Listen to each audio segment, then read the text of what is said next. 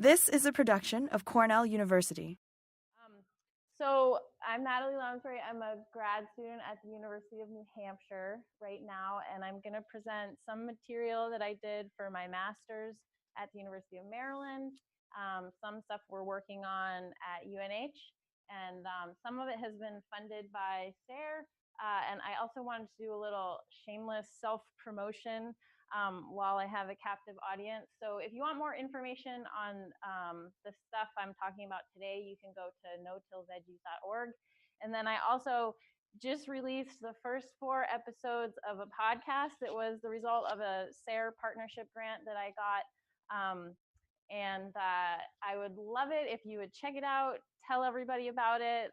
My final report is due at the end of the month. So check it out. The first 4 episodes are all about organic matter, so it's very appropriate. Okay, but today I'm going to talk about organic rotational no-till for vegetables, which is a little different than the title that I initially submitted. So it's appropriate that this is the Northeast Cover Crop Council. The first project I'm going to talk about took place in Maryland, looking at forage radish and then going into spring vegetables. I worked with Ray Weil. Then the current project is in New Hampshire and Maine. Mostly the data I'm going to present is from Maine, actually from my family's farm. We turned it into a little experiment site, and that is with Rich Smith at UNH. So the big question, how can we create the optimal conditions for crop growth, which include soil moisture, nutrient availability, weeds, and temperature? Everybody knows that. While at the same time conserving and improving soil, reducing erosion, increasing soil organic matter. It's especially hard in vegetable systems. If there's one thing that's coming across in all the vegetable talks, it's that this is really hard. Vegetable systems are really complex. Everybody does it a little bit differently. So this is just kind of a glimpse of some options that you can try, and then everybody has to put it all together in their own unique way.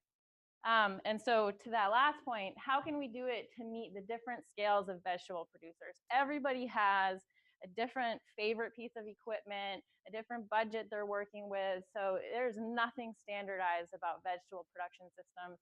And more we're seeing small growers entering the market. And so while they may not cover a large land base, they're a very important population in terms of providing people with a living, providing fresh produce to the market. So can cover crops facilitate no-till? This is just a slide to show that not only can cover crops do a lot of different things, everything that they do is interconnected. And so ultimately, we care about crop growth, but to get to crop growth, we have to be thinking about how does that affect nitrogen, or how does the cover crop affect nitrogen availability, soil, water, weeds, those things that I mentioned. And it's not, it's not necessarily linear. Everything just connects to everything else. So the 4 R's of nutrient management, I think, are very applicable to cover cropping. You have to pick the right product, the right time, the right place, and the right rate. So for spring crops, we're thinking about soil temperature. We want it to be warm enough. Everybody's talked about that. Which means that we can't have a lot of soil cover because that's just going to keep the soil cold. We want enough soil water, but our problem in spring tends to be too much water, not too little water. I mean, the climate's variable, so we do get these dry springs, but in general, historically, in the spring, the problem is too much water, you can't get on the field. And we need enough nitrogen early in spring. That's related to soil temperature. And finally, in every cropping system, we can't have too many weeds. So radish. It's this very unique cover crop. It's become popular in the last 10, 15 years. Folks in vegetable production systems hate on the radish a little bit because it is another brassica. And so if you're growing a lot of brassicas, people are really hesitant to introduce the radish cover crop. But if you can manage to fit it into your rotation, it has some amazing properties. So the SARE project that I worked on for my master's was using low residue winter-killed cover crops. We looked for others that would do the same thing that forage radish does, and there just isn't one out there. It's unique. So after it winter kills, it leaves, if you had a good stand and you got it in early enough, basically 0 weeds. It's completely weed free. It looks like somebody sprayed paraquat. They didn't. There are all these little radish carcasses, but other than that, very low residue. The soil warms up nicely. And you can go in, this is not a no-till planter. This is just a regular Matermac planter. You can go in and direct seed no-till into this. If you don't have a Matermac planter, you can go in and direct seed no-till with an earthway. You do occasionally have to pick out the dried radish carcass. It doesn't work quite as well as if you have a larger seeder, but it can work. So I mentioned soil moisture. That's important because you can't get on the field when it's too wet. So I was interested in looking at, all right, well, how much does radish affect soil moisture? So we had an experiment. We had forage radish, oats, a radish oat mixture, and then no cover. And so this line here is 80% of the plastic limit, which is sort of what you would consider, all right, you can get on the field without destroying your soil if you're within below 80% of the plastic limit. So these are the rain events on the x-axis, and you can see that when with the oat cover crop, which is high residue and it also winter kills, there are very few points in this span of time when you can actually get on the field. So I looked at it in terms of the workable days, and with oats, there are very small windows. With radish, it's as good as if you had no cover crop, basically. And so when people use the argument, well, I don't want to plant a cover crop because I need the soil to be dry in spring, well, you can plant a radish and it will be just as dry. And in fact, you'll probably get better infiltration, so you'll have better subsoil moisture than if you didn't have a cover crop there.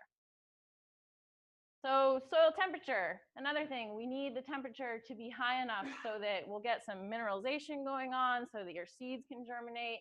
And forage radish in red is almost the same as no cover crop. But you can see that oats, as you would expect, higher residue, keeps the soil temperature down.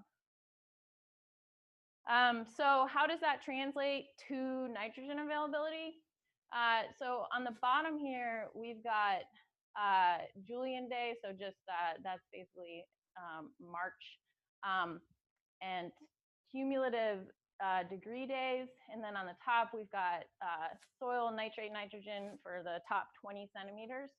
And so what you see is that with the radish and oat, you get a spike. Once you kind of hit this critical level when you get increasing degree days, you get a spike in the available nitrogen. So right when your plants are going to start growing and you need the nitrogen, it's getting mineralized from the radish.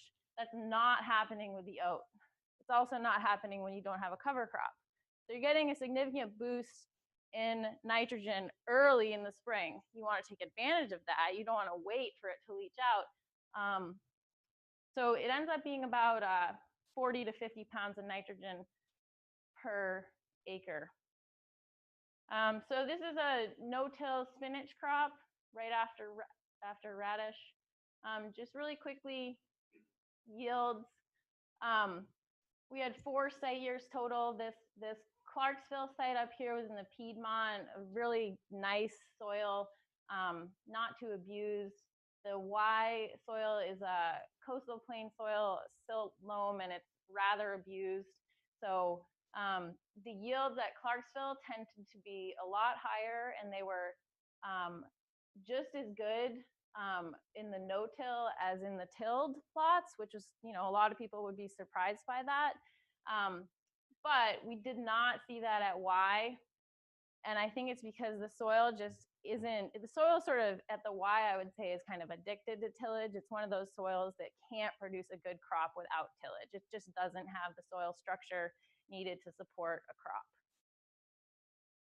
One thing that people ask a lot when I talk about radishes is, what about the holes? When you're direct seeding, don't you lose a lot of seeds into the holes? And in fact, seeds can come up in the holes, but what we found is that no-till planting led to equal or better emergence as planting after tillage. So with tillage, you eliminate those holes, but you don't get as good germination. You don't get as good emergence. So no, the holes don't seem to limit that. But like I said, you do need to have good enough soil to support the crop growth. Not all vegetable crops do well in this no-till situation. It seems that some take a little longer to mature. We did some lettuce and kohlrabi, and they were just slower. So they did mature a couple weeks later, but if you're eager to get that crop out of the field, then it might not be as good an option.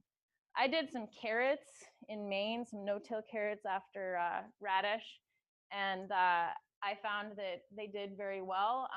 The yields were not quite as good, but I think that was just because we actually, in this case, got lower emergence and had reduced stands. But so to summarize, this system relies on seeding your cover crop around mid to late August. Your cover crop grows in fall. Your cover crop dies over the winter. Pretty much the whole Northeast region, your cover crop, forage radish will die. Then you grow a cash crop, make some money. Then you grow another crop or another cover crop. All right, so that's kind of the spring early system where you're looking for low residue, more soil warming. You want to get rid of the water, the excess water, so you don't want your fields to be too wet. So for summer crops, though, again, you definitely don't want weeds, but it's actually not as important for the soil temperature. Well, I shouldn't say that. It is important for the soil temperature to be high, but you want the soil cover because you want it to retain the moisture when you're getting into the summer, and you really need that mulch.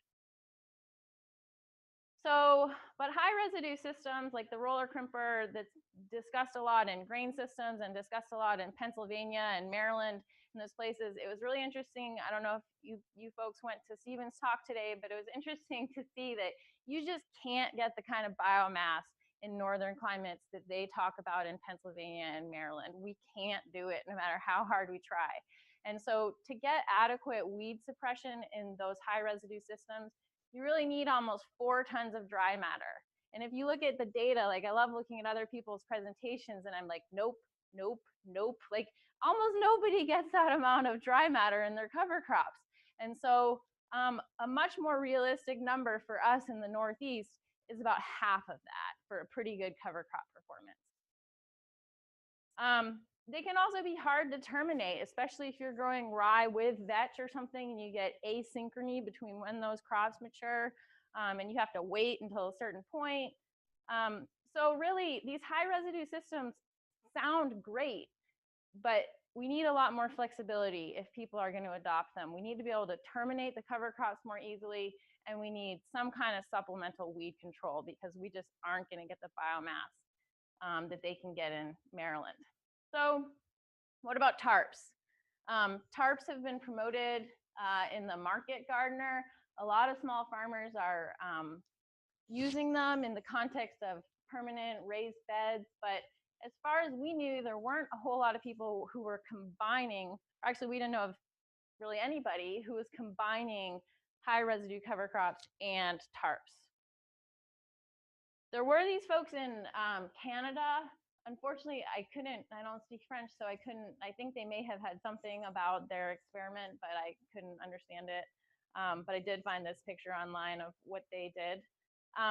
So what we did though, we had an initial preliminary trial 2 years ago, and we tried black and clear tarps, and what we learned was clear doesn't really work in our climate. So we went to black. So then we modified it. And so this past season, what we did was we seeded rye and vetch end of September. Again, that's not a date when you're gonna get very high biomass, but it's a really realistic date for farmers in the Northeast. The mid-August, even though I would advocate that for forage radish, is not very realistic. End of September is. So the biomass that we got in these 2 fields at my farm was about 4,000, between 3,500 and 4,500 kilograms per hectare, so around 2 tons That's what it looked like. So the treatments we applied on June 5th were rolled with a disengaged rototiller and tarped. That's what that looked like. And the reason we did that is because we also do not have a roller crimper. We mowed with a sickle bar mower and tarped. We had to borrow that. And then we mowed with a sickle bar mower and we didn't tarp. And then finally we tilled and tarped, and we tilled and didn't tarp. So this is what it looked like when we mowed with the sickle bar mower. It was really hard because it was a push one BCS, and it was hard to get the residue to lay flat. It kind of shook off to the sides, so I did the best I could, but it was a little messy. Then we tarped. It was just 4 mil UV stabilized black plastic held down with sod staples. So this is what the 3 different sort of residue management looked like. This tilled treatment, now I know that most farmers would never do that. Like, that's messy.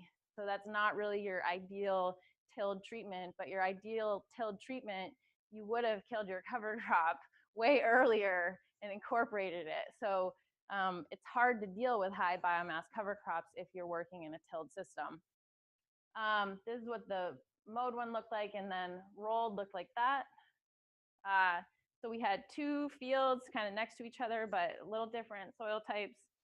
We left the tarps on for 4 weeks, basically the whole month of June. Then on July 5th, we transplanted the cabbages. They were bigger than that. And to do that, again, we don't have any fancy no-till transplanting equipment. So what we did was actually use a tree seedling dibbler. You stand up and you make a hole. It sounds really laborious, but when you have undergrads, it doesn't take too long. No, I actually don't think it took that long. But if we do this again, we will, measure how long it takes so we can do an enterprise budget of sorts. So this is what it ended up looking like. So this is a mowed and tarped. This is a tilled and not tarped. And then we did have subplots of weeded and not weeded. And so here in the mowed and tarped, you can't see a huge difference between the weeded and not weeded. Here, with the tilled and not tarped, there's a pretty substantial difference between the weeded and not weeded. So it's not like these fields were weed free or anything. There was a substantial weed seed bank, a substantial weed problem. This is a rolled and tarped. Again, that middle flag there is marking weeded and unweeded. You can't really see the difference. Mowed and not tarped, which is one of those treatments that no farmer in her right mind would ever do, but we're researchers.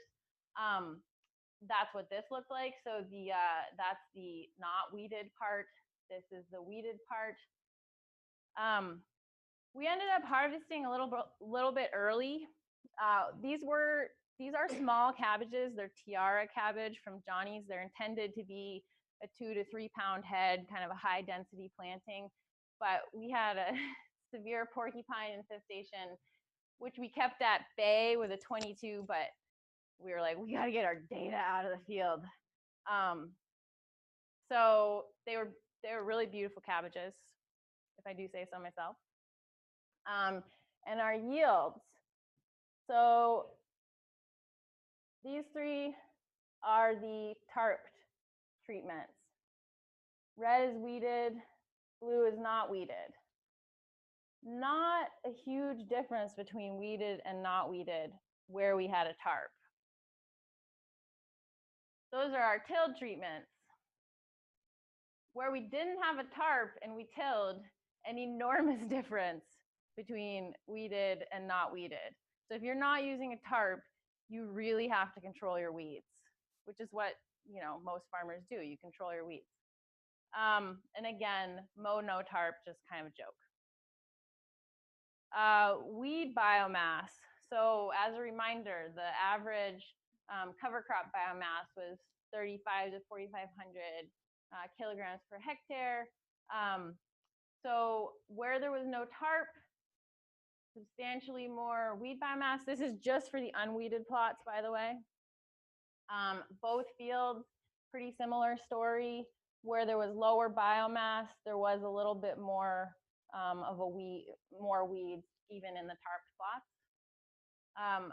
In the tarped plots, it was mostly pigweed and purslane, and research has shown that tarping or solarization does not really affect pigweed and purslane. They have a very, very high temperature tolerance.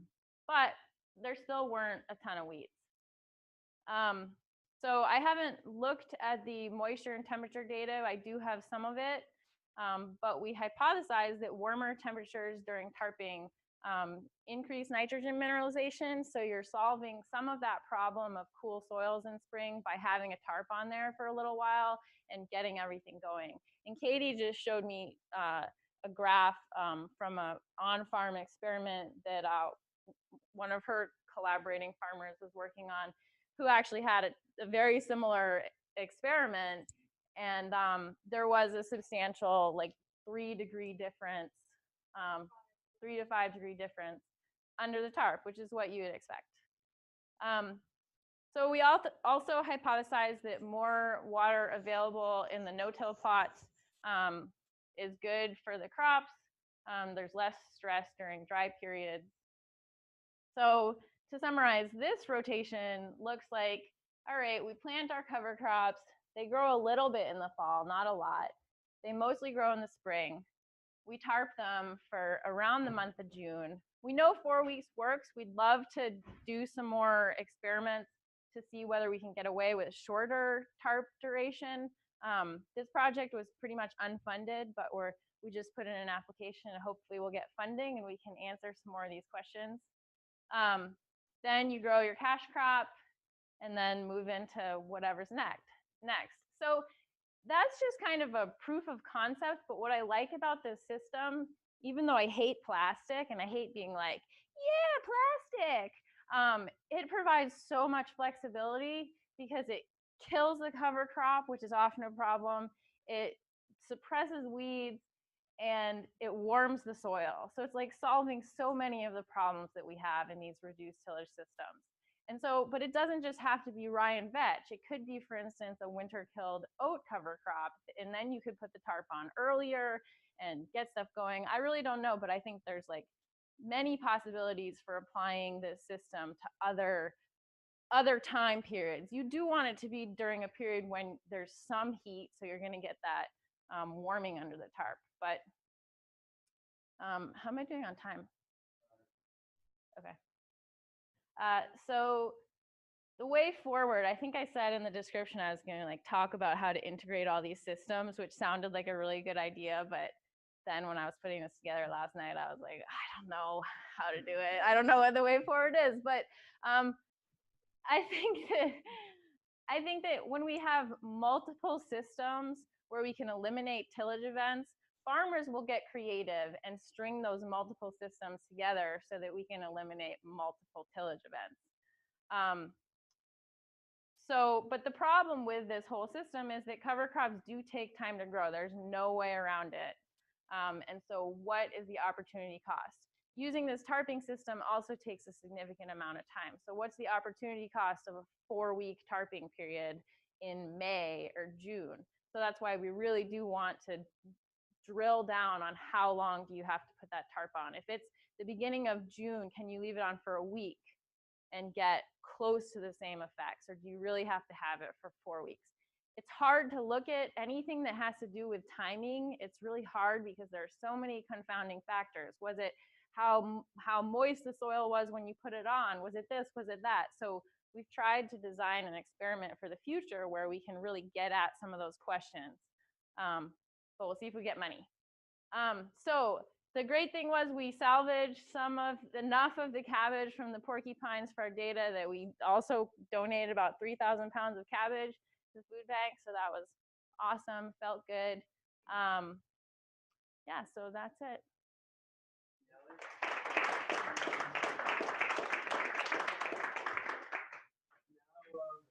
Questions for Natalie, take 2 minutes for that, and then actually next 30 minutes,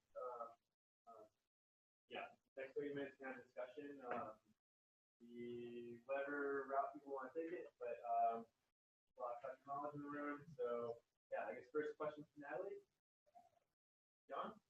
The middle part treatments, the weed was bigger and higher density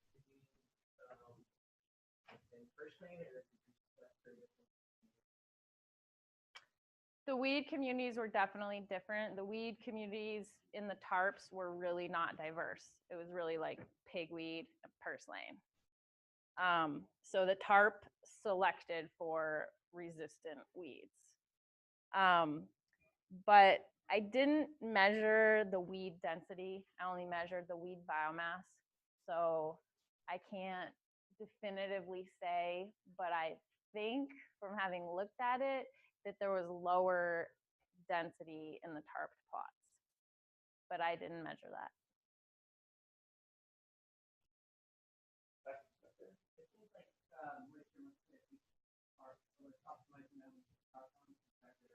Yeah. Yeah, so I didn't mention that, but that is a really important part of the system. So for that weed seed destruction, you need enough moisture. So ideally you'd put on the tarps when after rain, when your soils are at field capacity, or if it is dry, you could irrigate.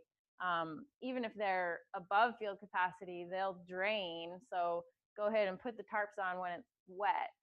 But yeah, if you put the tarps on when it's dry, there's also no moisture going into that system. So when you go to transplant your crops, there's not going to be much moisture. But if you put the tarp on at field capacity, your soil will still be at field capacity when you transplant those crops. So you're basically guaranteeing that you've got good moisture when you're transplanting your crops. This has been a production of Cornell University, on the web at cornell.edu.